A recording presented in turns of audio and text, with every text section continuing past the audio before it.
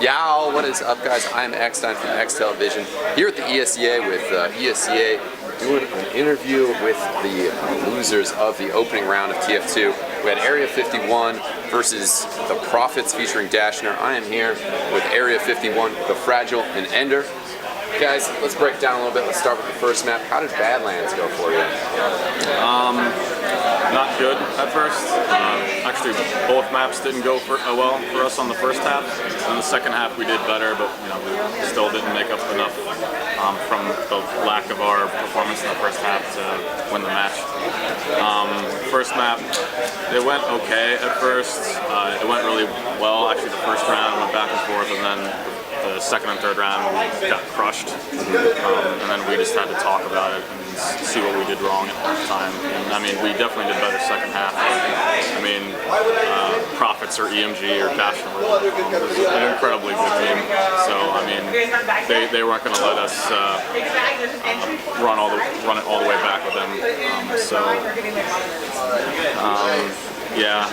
Other than that, it was kind of frustrating because Blaze's computer was the 120 hertz thing wasn't working. It was it was really choppy every single time he moved his mouse. So at halftime we got that fixed. Actually, no. Actually, not till bye. We tried to fix it at halftime, but we didn't get it fixed. But it was.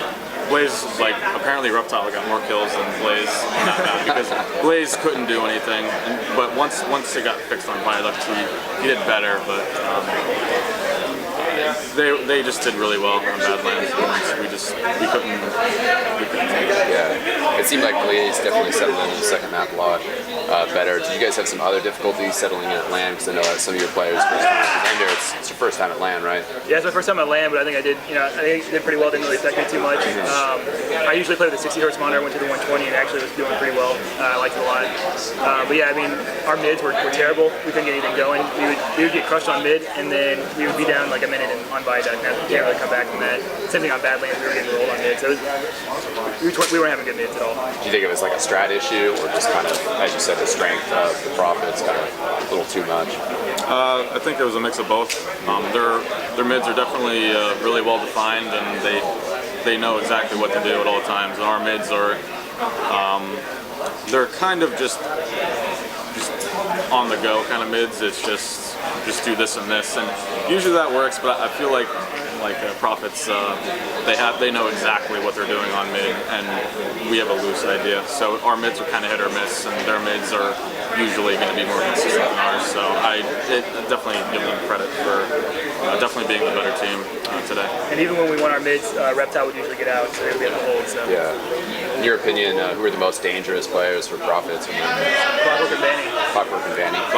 Like the first half, if you looked at the scoreboard, Banny had 40 points, and then the next highest player on their team had 24. Yeah. Banny was doing incredible, and players on Mix-Up and on EX both said just kill Banny and their team falls apart. But I mean, no matter how much we tried or didn't try, Banny just killed us anyway. Yeah. Their mids consisted entirely of Banny and their scouts just destroying us, and it was really difficult. So. Yeah. If you guys happen to play the Prophets again in the tournament, what maps would you like to play them on? I know that the lower bracket. I'm not sure it really matters. I mean, we just gotta work on our mids.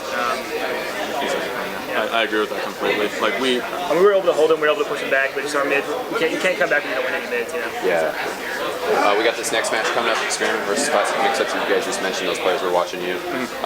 What are your guys' thoughts on that? Who do you expect to face in the lower bracket? I honestly it's a total toss-up. It's a total toss-up. I honestly know. It's going to come down to how well Moose and Enigma play on lane. I agree completely. I think the entire outcome of that match is how well Moose and Enigma play. Because we played them Thursday night, which was the night before everyone flown out, and we played them on 4 maps, and Moose and Enigma top frag every single map. They absolutely crushed us, and I think if they have that kind of performance, they could even win LAN.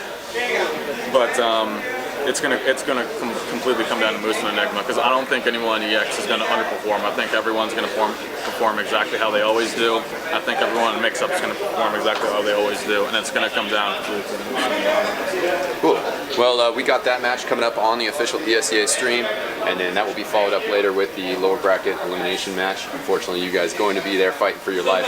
Wish you guys best of luck because you have a group of strong players. Like I said, this entire LAN is a toss-up. Great competition here. Thanks. Thanks, guys.